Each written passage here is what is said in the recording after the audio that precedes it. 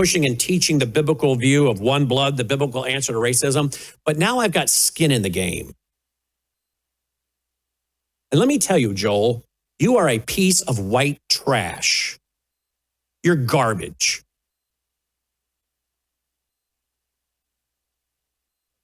And I'll tell you something. If you think I'm going to sit here and tolerate this racism and not have a strong record that my granddaughter and grandkids can later look back and say, at least my papa stood up to this white trash, you got another thing coming, because I am standing up to you. And I'm calling you what you are. You are a stupid, foolish, Romans 1 man. You're white trash, in my opinion, theologically, biblically. You are of an antichrist spirit, I believe. You are bound to hell, and I'm giving you over just as I would an unbeliever, an unrepentant believer. I'm giving you over. May Satan sift you by God's agreement. And I believe we should all be praying for God to judge these people, not us, not man, God to judge all of these people that we've been talking about. This is disgusting. And the fact that my phone doesn't have numbers to call today of Christian leaders is really sad, because at one time I did. They're dead. All there is us. And the fact that I actually text the leader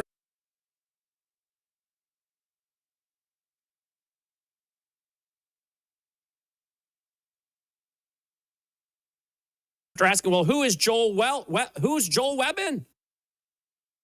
He's one of the biggest Christian nationalist, quote, pastors out there right now, pushing absolute anti-Semitism and the most vile racist comments you can imagine.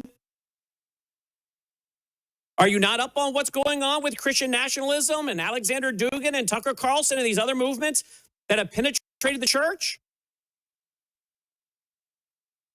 Is this individual on your staff of your ministry? Send him the interview where he's being interviewed by Joel Webbin, and that can happen. But now we know who Joel Webbin is. I sent him the interview saying that black people are impulsive and lazy and Jews are subversive. I sent him that. He read the last one at 12:54. He's had an hour and 10 minutes to text me back and say, thank you. This is extremely disturbing. This isn't hard. And we're going to pray the individual does the right thing. But I'm telling you right now, folks, there are no more Christian leaders of great consequence left in America. There's only you. And you better get busy while you have the freedom on social media and spread these programs and this content everywhere so that people can denounce it, because the world is watching and many of them are thinking, that's Christianity? How many of you have black friends or Jewish friends? How many of you have biracial grandchildren? How many of you are black and have a black grandchild? Do you want them thinking that this is Christianity? How open are they going to be to the gospel when they think this is Christianity? Well, it's not. You and I have an obligation to mark these people and call them out according to Scripture. And if you cannot do it for the purity of the Scriptures, then do it for the sake of your children and grandchildren, because or someone else's child or grandchild. Because many of these young people are hearing this on social media and they're thinking, if that's Christianity, I want nothing to do with it. You know why it's so hard to reach the Jewish people? In part because their eyes are partially blind. Their hearts are partially hardened right now, according to Scripture, Romans 11. But you know another reason it's hard to reach the Jewish people? Because when they see a cross or they hear the word Christian, what do they think of? The history of the Holocaust and the cross being mixed with a swastika. The Christian denominations that dissolved those denominations and united under the Reich bishop handpicked by Adolf Hitler. And you know why it's so hard to reach Jewish people just from that area alone? It's because they think this is what is Christianity. You see, there's baggage. Do you want that baggage for your black friend, their child, their grandchild, your black child, your black grandchild, maybe your Biracial? Quote, biracial? Grandchild? I don't. I don't want my granddaughter thinking for 1 minute that's Christianity. No, that's not. We have a generation of cowards. We have a generation of so-called Christian leaders in this country that are cowards, most of them. Absolute, utter cowards. They make me want to vomit. This is not hard, is it?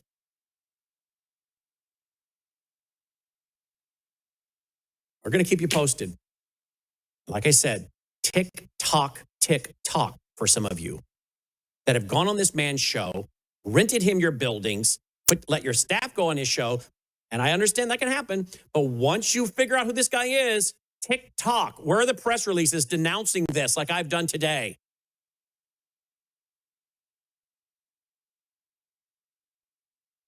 Did you ever think that you would live to see this? Being accepted inside the mainstream of Christianity and well-known so-called Bible people and ministry people associating with these folks.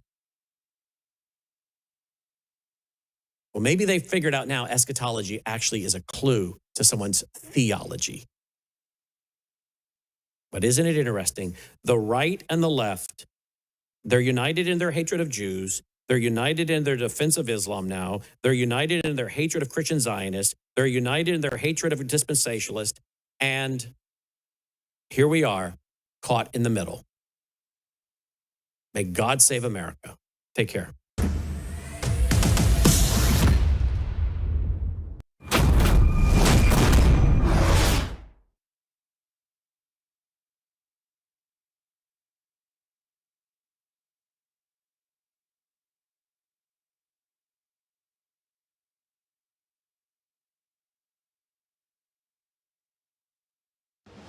Colonel Rob Maness has a lifelong record of providing dedicated service to this nation. Having worked his way up from the enlisted ranks to full colonel, he served our country for more than 32 years.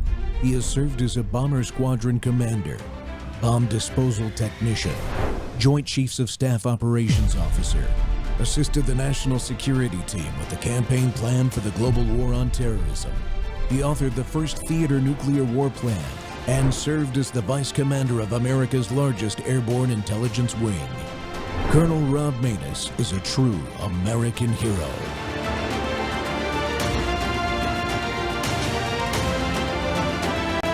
This is Rob Maness Live. I think we had a really great meeting, and we're very proud of the party. We like everybody really in the room. I don't like a few people, but that's okay. I think you know who they are. But I'll give you that information someday. But for the most part, we have a really well unified party. And I said it very strongly. We have the hottest country anywhere in the world. We're the most powerful. We're the smartest. We're the most respected. 2 years ago, we were a laughingstock all over the world. We had a terrible group of people representing us. Every leader, I just left G7. Every leader, and we had a lot of people in addition to G7, as you know, came. Everyone said, what we've done in a year and a half is a miracle. Friends, welcome back to the Rob Maness Show on Truth Thursday today, and we're live on Worldview 2 and our X Spaces simulcast. Well, you just saw President Trump laying into Senate Republicans, calling out the rhinos, making it clear he's fed up with the dysfunction in that chamber. Every clip you'll see today is from that chamber or about it. The frustration is real, and it's not just about one meeting or one single bill. It goes very much deeper. The United States Senate was never designed to be just another popularly elected body like the House of Representatives. The founders created it as a deliberative body to represent the sovereign states that were part of the compact of the U.S. Constitution, with senators chosen by state legislatures, not by direct popular vote. That structure was meant to protect federalism, to check federal power, and keep the Senate focused on the long-term interests of the states. But in 1913, 17th Amendment changed all that. And since then, senators have become more responsive to national donors, party leaders, and the D.C. machine than to the states and the people of those states they're supposed to represent. The result is exactly what we're seeing today: gridlock, broken promises, and a Senate that often feels completely disconnected from the American people, and most importantly, from the Constitution of the United States. Well, my guest today has been digging into this issue for years. He's a highly respected attorney who specializes in investigating public corruption and racketeering, the same kind of institutional failures we see in Arizona and across the country. He's currently a graduate student and researcher in public administration, and he's teaching political science. He's the co-author, along with James R., of this new book, Restoring the Senate. John Thaler. John, welcome back to the Rob Maness Show. Thank you, Colonel. It's so good to be with you today. Yeah, man.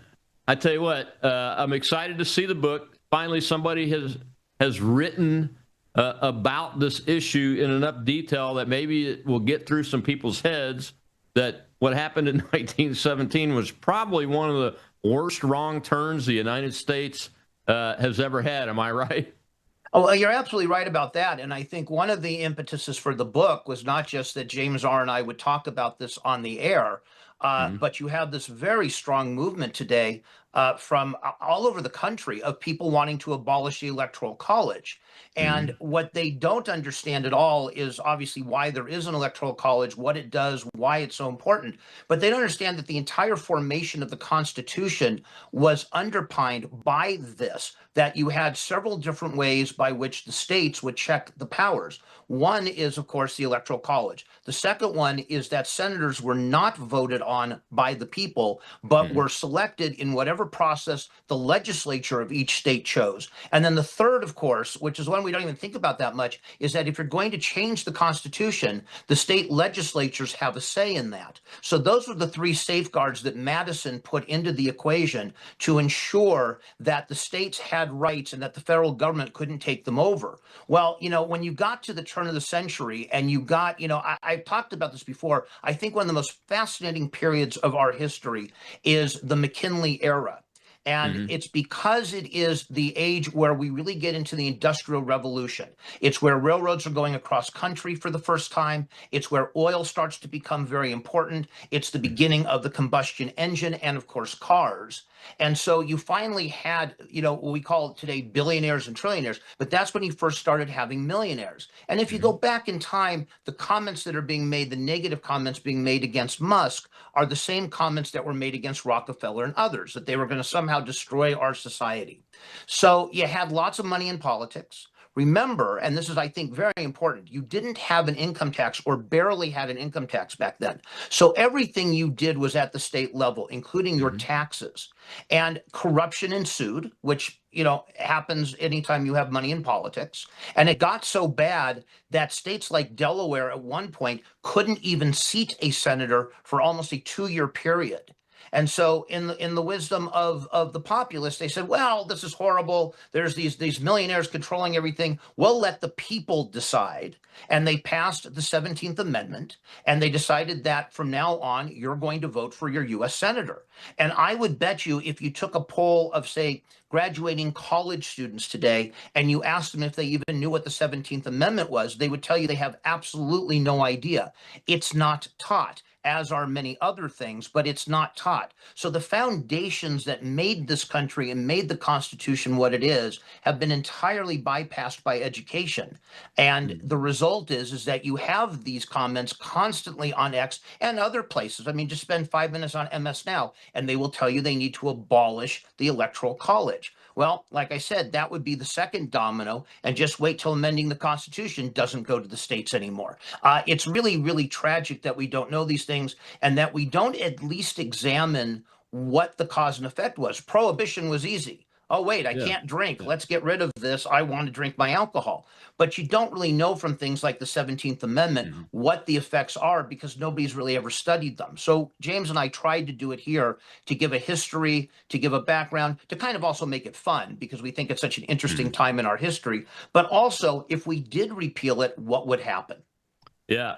I mean, this subject is not alone in that. I think, to be honest with you, the reason why we're not teaching our kids about the realities of things like the Declaration of Independence and the Constitution, more importantly, and everything that's come since then, whether it's right or wrong, is creating the problems you're seeing, not just in our government today, but on our streets.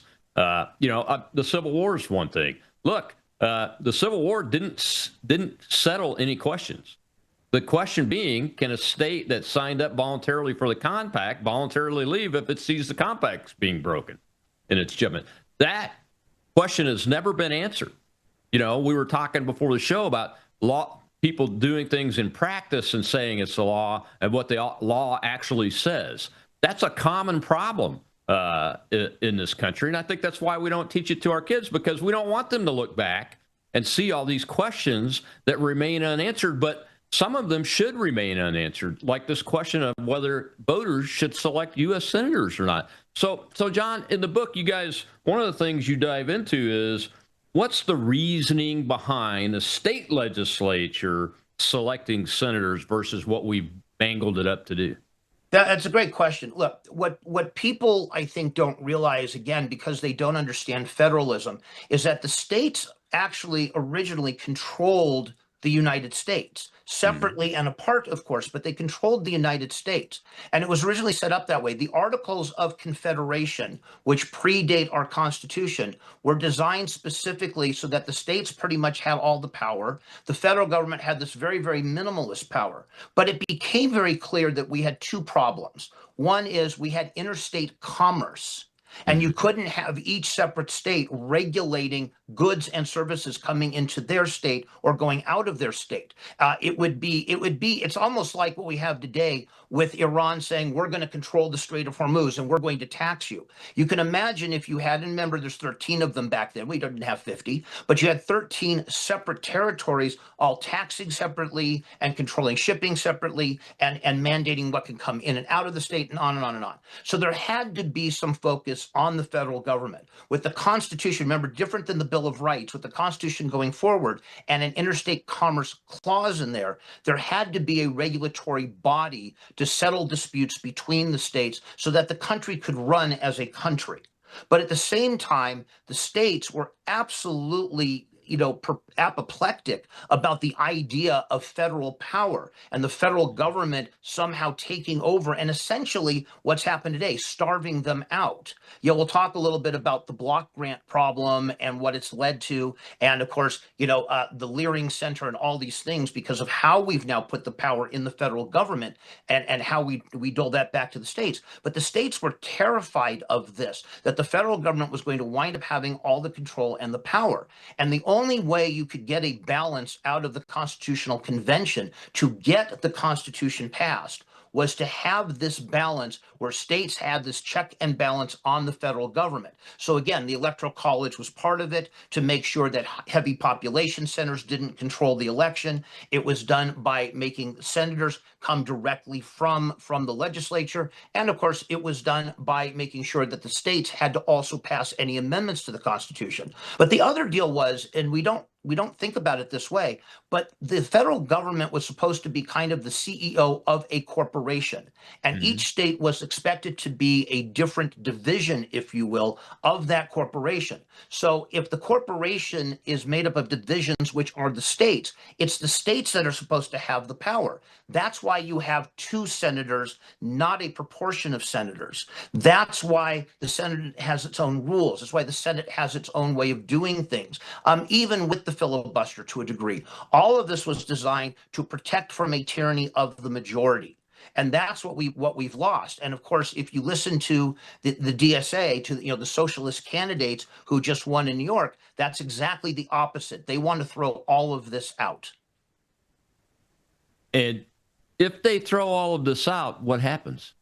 Well, if they throw all of this out, what you have is a pure, tyranny of the majority. States no longer would have any influence or any rights. And that's essentially what they're asking for. Beyond some of the kind of party jokes we make about socialism and communism, the real serious aspect of these people winning, of not just Mamdani, who's a mayor, but of people going to Congress who have similar beliefs, is that ultimately what they want is they want majorities. They think they can get enough of the poor in this country, the people who are dependent on the system, to add to the system. This has been one of the things that we've talked about, I think, in history classes, ad nauseum, is that the entire problem here is that once you vote yourself from the trough, you never give up the trough, and you keep voting more and more to be fed into it. And that's the theory. If we can put enough people on the dole, we'll get to a point where more and more people are dependent on the dole. They don't care about their states. They certainly don't care about their localities.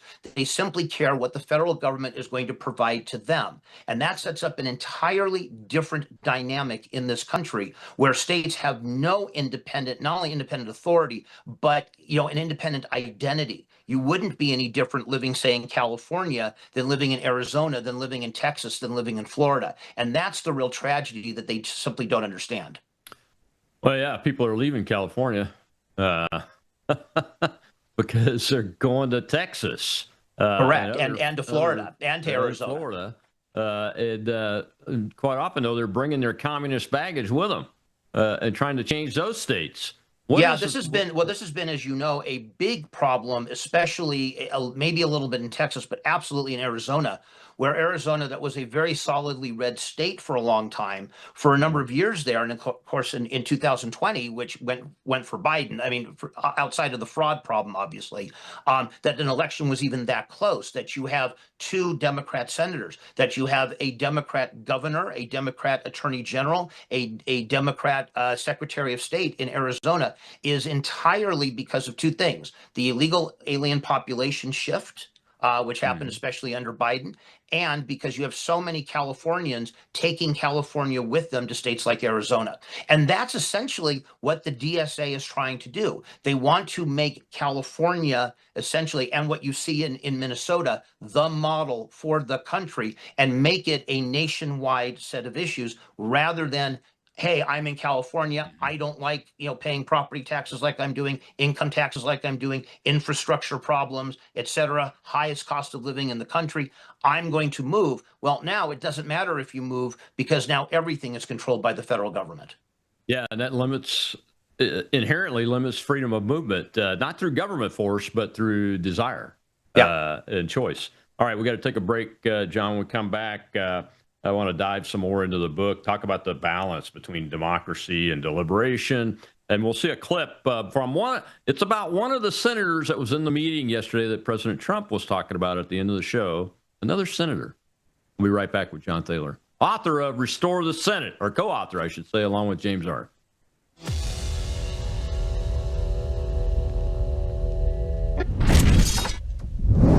At a certain age, you stop chasing younger. You start protecting what helps you feel steady, strong, and well. Your body's collagen matters. It supports the structure of your skin, joints, and connective tissue. But as the years go by, your body needs more support from the inside. That's where Bella Grace Elixir comes in.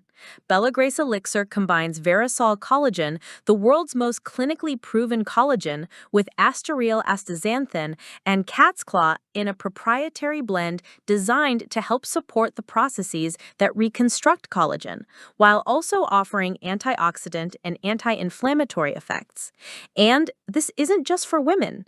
It's for men and women who want to age with more confidence, more care, and a daily wellness routine that supports the body from within. One simple elixir, thoughtfully formulated for whole body wellness. Take care of the body that has carried you this far. Order Bella Grace Elixir today at melissahousebg.com. So, Lauren, take us behind closed doors. What happened inside that room? Yeah, I mean, what we have heard from sources that were in that room and Senator Bill Cassidy himself is that this was an exchange that really escalated with the president. Bill Cassidy telling our colleague Morgan Rimmer just a few moments ago that he lost his temper. Essentially, the president was asking why these 4 Republican senators would vote for this war powers vote last night.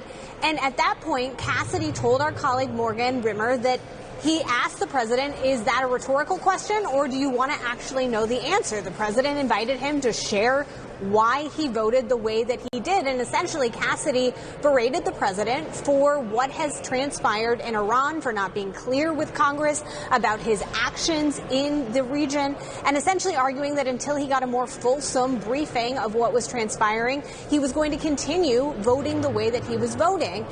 Cassidy said that the president was raising his voice, and in response, he continued to raise his. He said he lost his temper, that he's not necessarily proud of that fact, but he joked it was the Irish in him.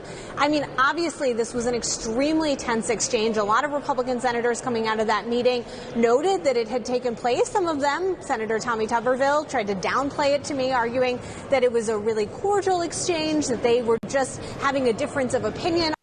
Welcome back to the Rob Maness Show. It's Truth Thursday. We're talking the truth about the need to restore the Senate to its original function and what it's supposed to do. And now what that report left out from, I had an original clip that Cassidy's people, I think, took down because they were the ones that posted, that had Bill Cassidy saying in the hallway why he was asking the question. He goes, well, I'm asking on behalf of all of the American people. Now, this is a United States senator from one state, one senator from one state. And I think that comment gets right to the heart of this issue, doesn't it, John? Is exactly where the problem lies, is that senators were not supposed to be nationwide, either in the monies that they receive to become senator or run campaigns or anything. I mean, we know, about the money in politics. We know, especially after Citizens United, how much money comes in. We know how much gets diverted through USAID and through all these NGOs that got created through Congress, especially through the Democrats. The idea of a senator was supposed to be a representative of the state, and that's why the state chose the representative. He is not supposed to be a senator for the American people. He is supposed to be a senator specifically representing his state of Louisiana. What do the people of Louisiana want? Obviously not what Bill Cassidy wants, because he just got his rear end thrown out.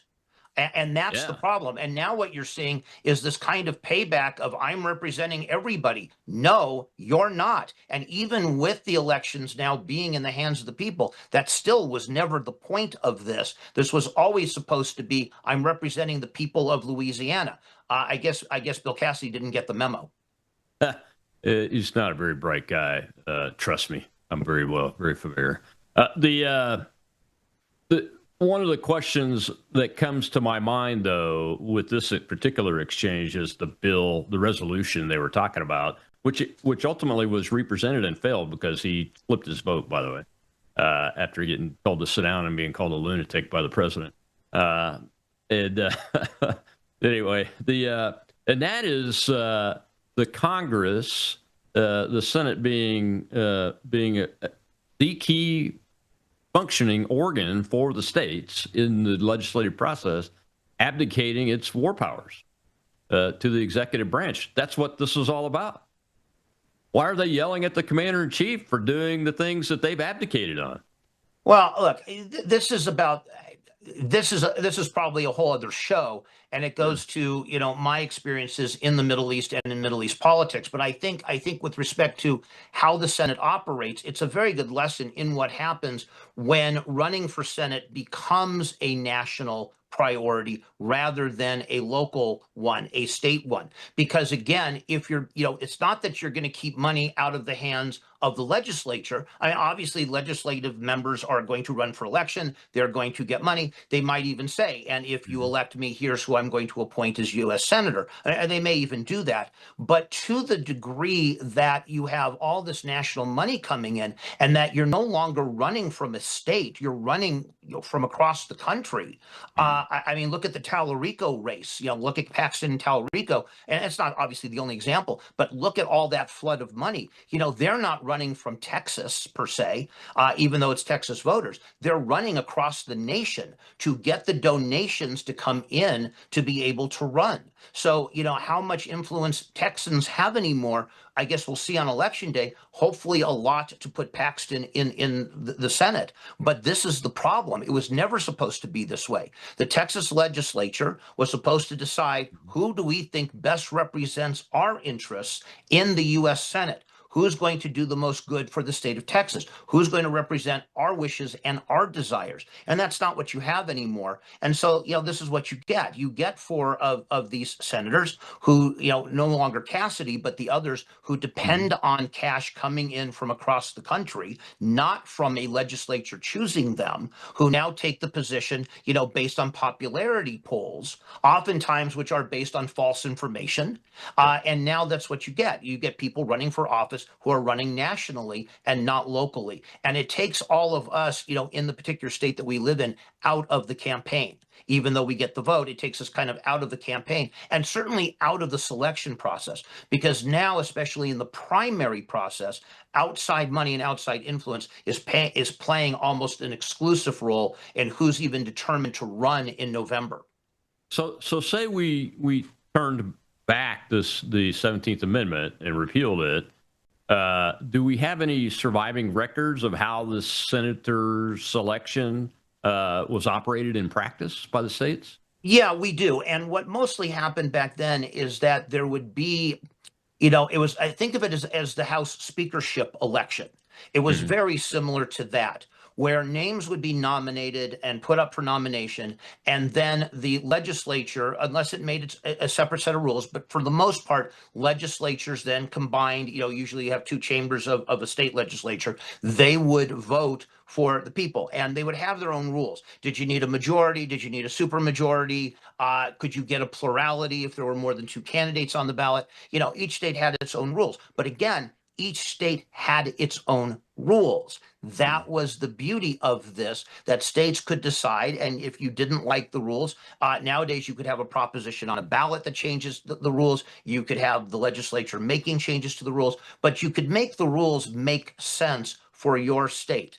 And then you would put people up for vote. They would get a vote. And as I said, one of the reasons it got, this whole system got done and the 17th Amendment came into effect is because states like Delaware couldn't get anybody elected. So they would go through needing a majority, and they couldn't get a majority vote on a candidate. And this went on for 2 years. And it was one of the catalysts to put in the 17th Amendment in the first place. So, yeah, that happens. But you know what? That's exactly how it was intended to work. If a state couldn't agree on somebody, if a legislature could not pick somebody to be a majority winner, just like we can't in the House of Representatives, guess what? You have no Speaker of the House, you have no U.S. Senator. That's precisely how it was intended to work. The founding fathers understood that you could have either corruption or you could just have disagreement, and you could have this happen. And you know what? Too bad for Delaware or California or anywhere else where this happens. Too bad. That is the system. That's how it works. And if you can't place somebody, then you can't. If you can't place a Speaker of the House, what happens? The House is not entitled to conduct any business. That's exactly the impetus to figure it out. States often did the same thing. If you couldn't put somebody in the seat, you have to figure it out because now you have no U.S. senators. So stuff did get resolved, but people wanted quicker resolution. They thought, oh, isn't it great if we democratize this? We are not, as we've said before, we are not a democracy, and we are not one for a very good set of reasons. This is how we prevent tyranny of the majority, is through these issues. Otherwise, that's exactly what you have. And as I said, as the federal government gains more power and provides more benefits to more and more people, what are people's fundamental interests? It's not losing your benefits, not necessarily what's doing the best for your country or anywhere else. And so that's the problem you get into here. Yeah, as Ronald Reagan said, and I'll paraphrase him, the closest thing to everlasting life outside of going to heaven is a government program, I believe. Something to that effect. We've got a question in the audience. Let's go ahead and take that. Go ahead, Shel. We have SJV, sir. Thank you for taking my question because it's something I'm passionate about. My understanding, the reason the Senate was designed the way it was to resist change. So, the next fad comes along doesn't totally change our government. I couldn't explain it in a millisecond. But the thing is, I see things getting worse because I see even Republicans saying. Question for our guest, SJB. Yeah, I see us getting worse by removing rules to make things easier done, and that's the big swing we see back and forth. How do we revert this? How do we get people to realize that Trump pushing through everything he can isn't the right way to go? Somehow we need to get back to compromise. I would agree with you on this. Look, the idea, I think, certainly was, as it always was, to have a slow process. That's why the deliberative nature of both even the House, but certainly of the Senate, was conducted the way it was, is that you weren't supposed to be able to pass legislation quickly unless there was an emergency. And the idea is that if you had a national emergency, people would get together because you have an emergency. But I'll give you a great example of the problems you get into with that is something like the Patriot Act, where we've had all sorts of freedoms that got taken away from us very quickly because of a national tragedy. We all agree on the tragedy. We all agree on how horrible it was, and we all agree on a need to prevent it from happening again. But we didn't realize very quickly how many of our rights were being cut, changed, taken away from us, minimized, et cetera. And, people kind of said, okay, well, this is okay with us. No, it's not. So the Senate was designed very particularly to be as slow a deliberative body as it could to make sure, again, that majority tyranny idea didn't come into play. So that just because the majority of Americans wanted something didn't mean it was going to happen, especially if it cut into that juxtaposition between the federal government and the states. Yeah, unfortunately, though, the state's power has been so whittled away. Now we see the institution being used to disrupt the policies that President Trump ran on, that the people overwhelmingly voted him in a historic, two of a kind re-election. But to disrupt the attempts to get the policies done, instead of taking the legislation challenge on and making it the best for the American people, and getting stuff done, they're not doing it at all, or even obstructing his ability to do a recess appointment. Now, we got to take a break right now, but we'll be right back with John Taylor talking about his and James R.'s new book, Restore the Senate.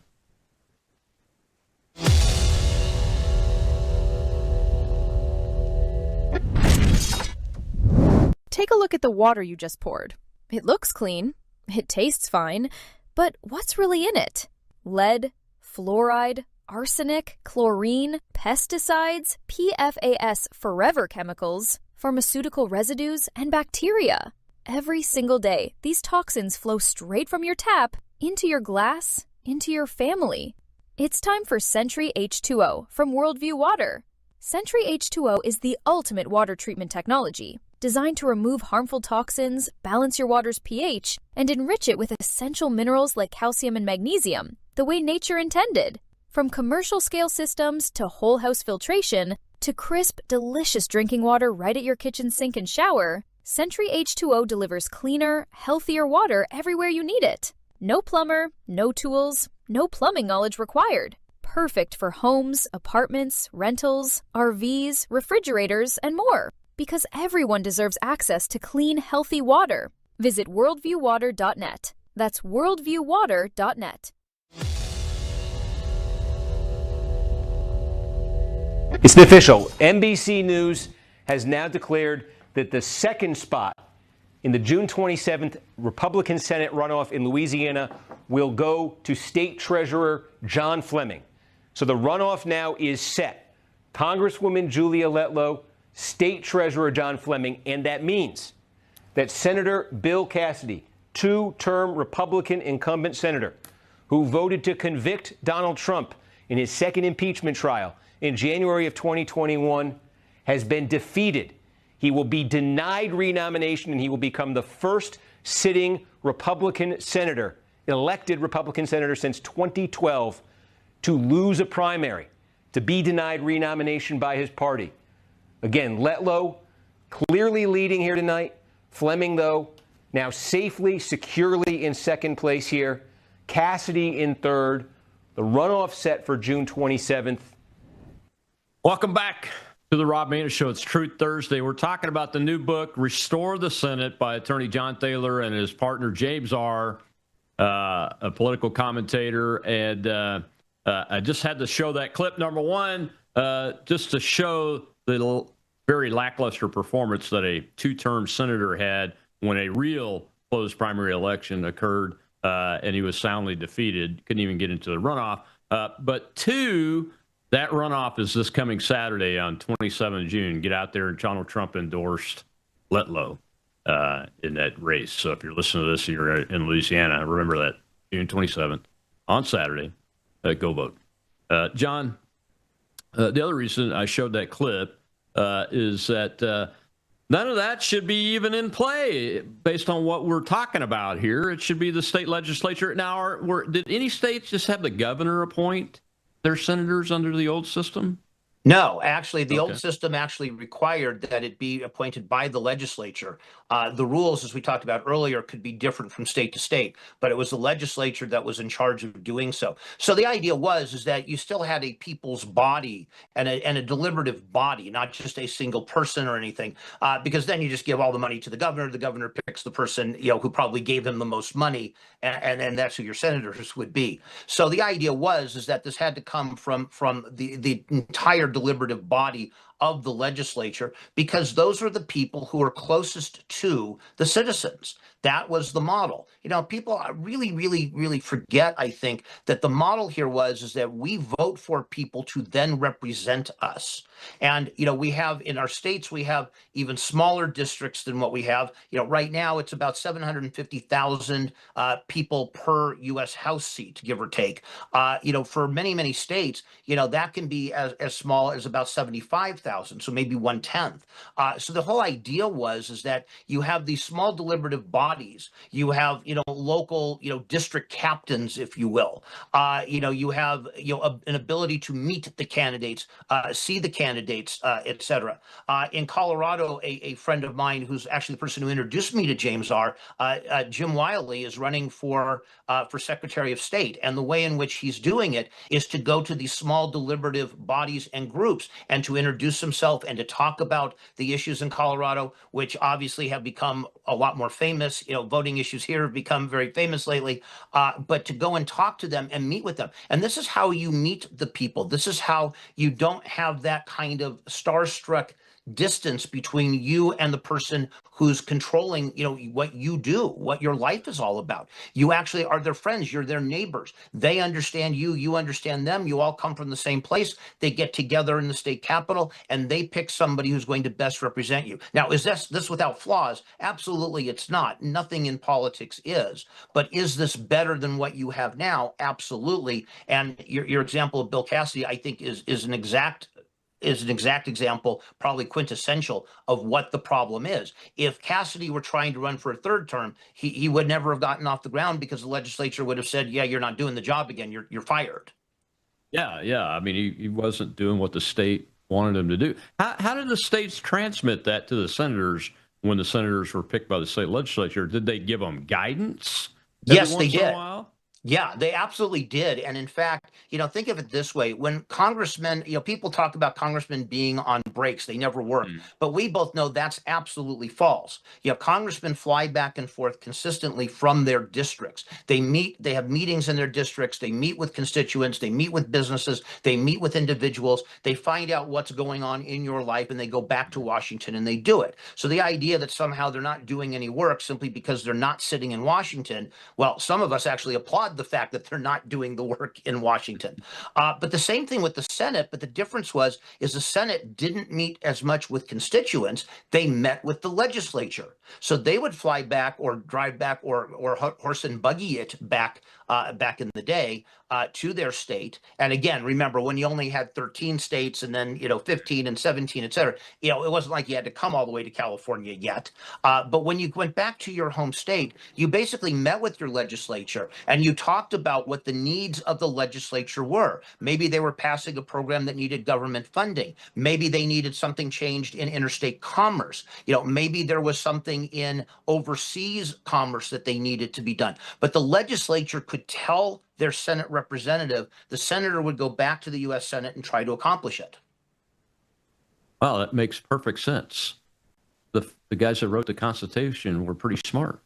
They were very smart. What did they say in the Federalist Papers about this body? They didn't talk about it that much in the Federalist Papers because there wasn't a discrepancy going on here. Nobody had an argument about this. In fact, it's almost the opposite, that the bigger deal was really in how you wrote the Constitution and what were the Article 1, 2, 3, 4 powers. That mattered more than how you had a Senate and a House, except for the fact that the Senate was going to be two-person. So every state, no matter what the size, state of Wyoming, which has the least population, has one congressman, but has two senators.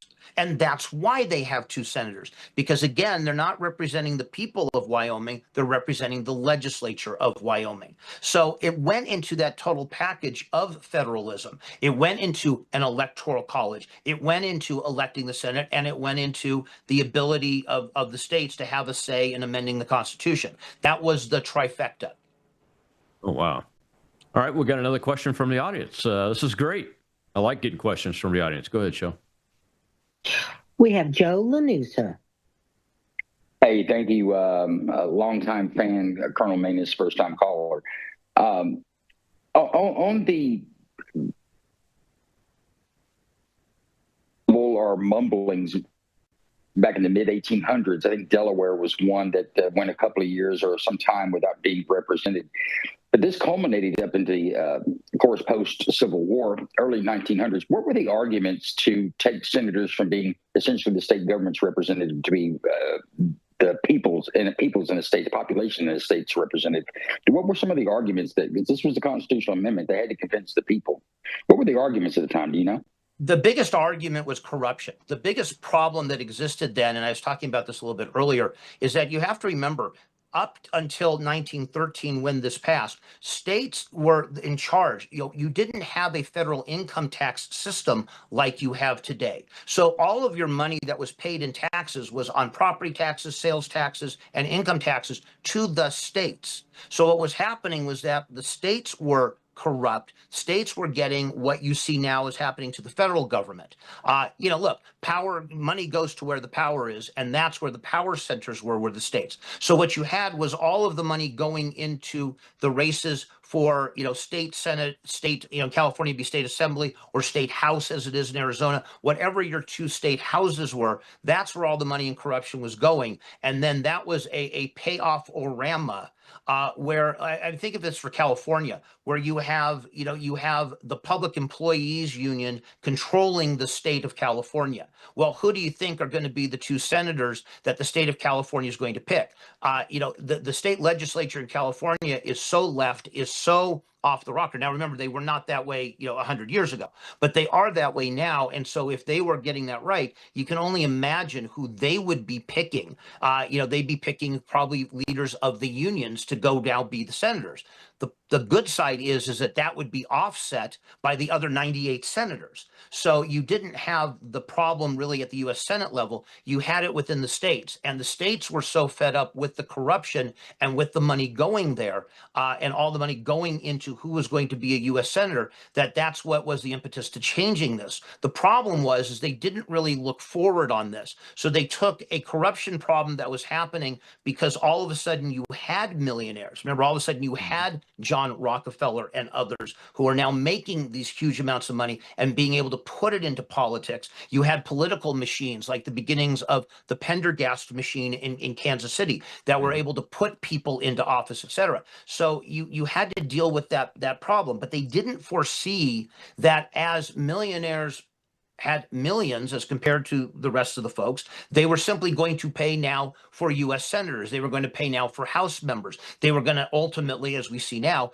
pay for presidents. I mean, keep in mind how much money was spent last time. Kamala Harris, we talk about 1.3 billion, but it's really closer to about 1.8 billion dollars. Trump spent about 600, 700 million dollars. Where is all that coming from? So you're always going to have this problem of money in politics unless you change laws, and really at the Supreme Court level. That doesn't change. And so for the rest of it, they also didn't see that as the federal government gained strength, all that was going to happen is now you have a federal income tax. Now you have, federalized senators. It doesn't matter where you go. Those problems of corruption are not solved by simply changing what size ball you use in your game. It doesn't make any difference. So they didn't have the long-term vision there to see what the harm was going to be. They just simply said, like the Patriot Act, well, we have a problem, here's an immediate solution. And of course, people like voting, and they shouldn't. And why should they not? Why should I not want to vote for my U.S. senator? I don't want to because of federalism, because I understand this. But I understand that most people enjoy this. We've been doing this for an awfully long time, over 100 years, and it feels like a normal part of the process. And as a result, nobody, unlike Prohibition, nobody ever came back and examined this to say, well, wait a minute, did this really get us where we want to go? And has this created far more problems than good? And of course, what we argue, what James and I argue, is it really has created far more problems than good. And you're seeing the fruits of them. And I think when we come back from the next break, I think the Colonel and I are going to talk about the great American divorce that we see going on here and how it plays into this whole problem of federalism. Yeah, we are. You were talking about the money thing. It's much easier to manage money at the state level because most of it's going to be localized or come from a limited set of sources.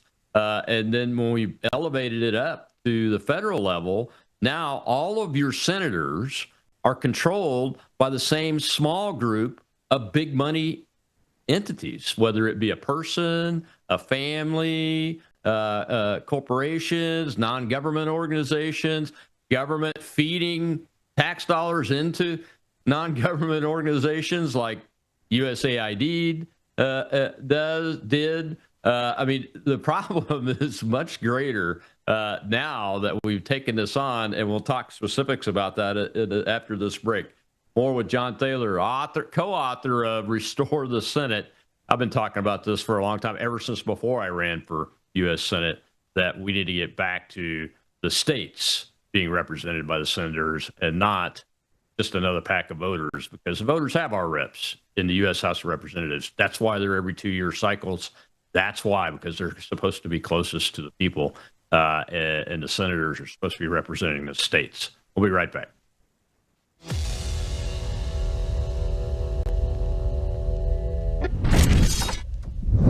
Friends, this is Brandon House. For more than a year now, I've been teaching through the book of Revelation, and the response from you has been overwhelming. You've asked me again and again, when are you going to put this study in print? We want to mark it up. We want to share it with our families. Well, it's here. My brand new 2-volume commentary on the book of Revelation, verse by verse, chapter by chapter. This is not a watered down, allegorized replacement theology approach to Revelation. This is a literal, grammatical, historical study, the way the Lord intended his word to be read. And I connect the prophecy of Revelation to the headlines you're watching unfold right now, the rise of global government and the convergence of end-time events the Lord Jesus warned us about. Folks, we are living in serious days, and there has never been a more important time to understand what God has told us about what is coming. Get your 2-volume Revelation commentary today at worldviewstore.com. That's worldviewstore.com.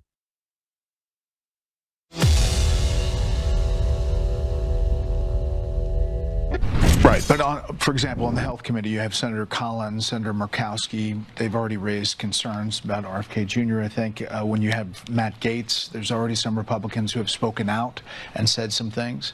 The numbers start to get problematic if that is a problem, and your onus for you is to try to get the president who he wants to be in the cabinet. Do you then punt to a recess and try to recess the Senate for 10 days and get those appointments in? Well, it's an option, but obviously it takes, you have to have all Republicans vote to recess as well. So the same Republicans that you mentioned that might have a problem voting for somebody under regular order probably also have a problem voting to put the Senate into recess. You have to have concurrence from the House. There's a process. All this is a process. But I don't think any of those things are necessarily off the table. I think we have to have all the options on the table, and these nominees deserve their day in court. They deserve a hearing, a confirmation hearing, an opportunity to be vetted, and the Senate will perform its constitutional role under advice and consent. But we are not going to allow the Democrats to thwart the will of the American people in giving President Trump the people that he wants in those positions to implement his agenda. When it comes Welcome back to the Rob Maness Show. It's Truth Thursday, and we're talking with one of the authors of the new book, Restore the Senate, Attorney John Thaler, in the show today. It's all about the U.S. Senate. That was Majority Leader Thune of the U.S. Senate. And the Senate now is obstructing a president of the United States more than just the policy legislation. They're actually holding pro forma sessions so they don't go into recess, so he can't do recess appointments. This organization is broken compared to what the founders envisioned, isn't it? It is entirely broken, and this is unfortunate. I think it's unfortunate, however, on both ends. As much as the Senate is broken, some of this is also that the president did not make a number of appointments early on. One of the areas where he did not is in U.S. Attorney. So he's relied on a number of temporary appointments, acting appointments, et cetera, some of which are somewhat violative of the rules about doing so. But, he could have put up, there are roughly 93 U.S. attorneys. He could have, if he wanted to change them out, all of them or part of them, he could have put them up for nomination. And yes, that's difficult. And yes, that's a lot of people. And yes, it takes up a lot of time in the U.S. Senate. But he decided not to do it. So he kind of put himself in the position of where you have to do recess appointments to get a lot of people into jobs. I think for most people, they don't really understand that it's not just the cabinet. There are so many positions that require the advice and consent of the U.S. Senate.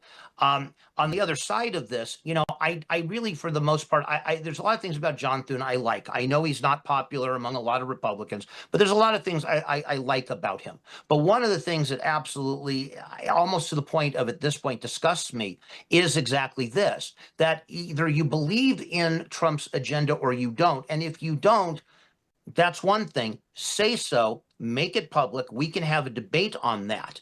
But to kind of do it by this backdoor blocking of either recess appointments or just the ability to put forth judges just on the federal bench. We now have a vacancy on one of the federal appellate courts.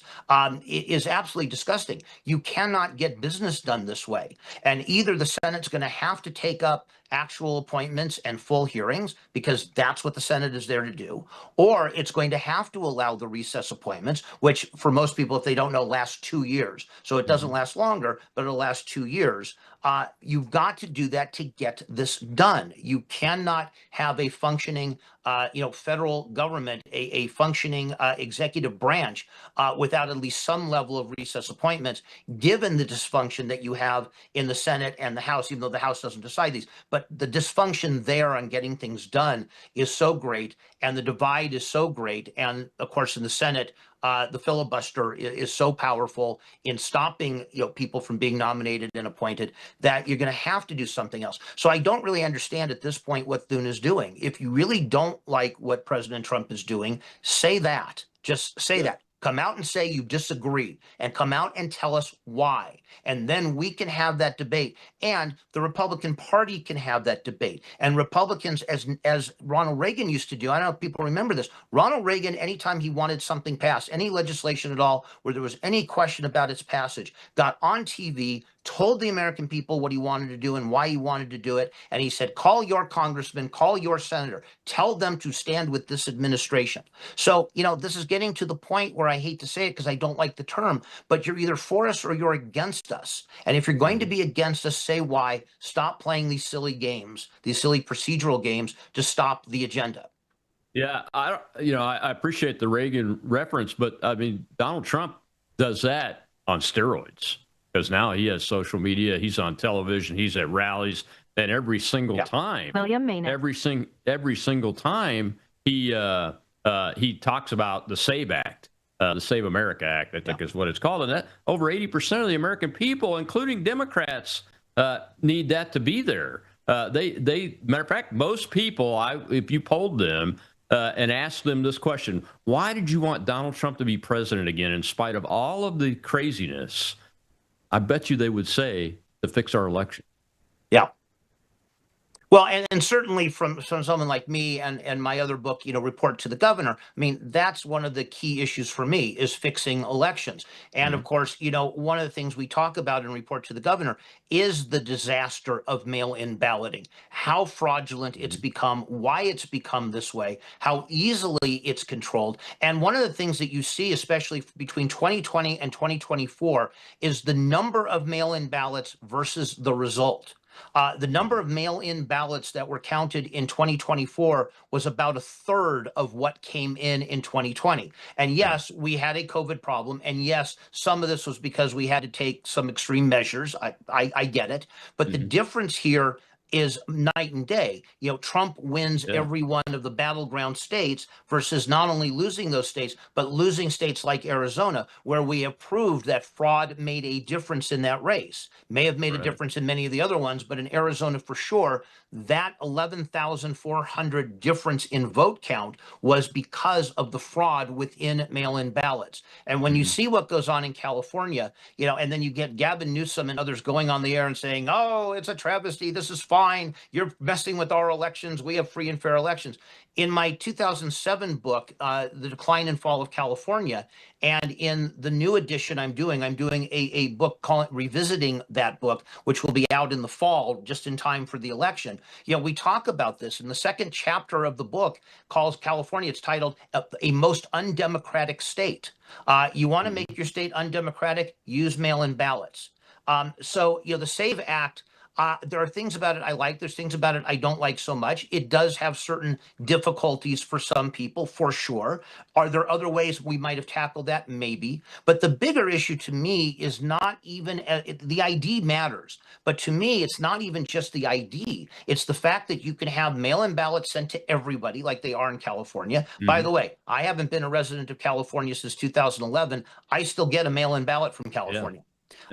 It's so bad, it's so notoriously evil that if you do not do something to solve for that problem and then solve again for the vote count, we're waiting for the Supreme Court to rule on this.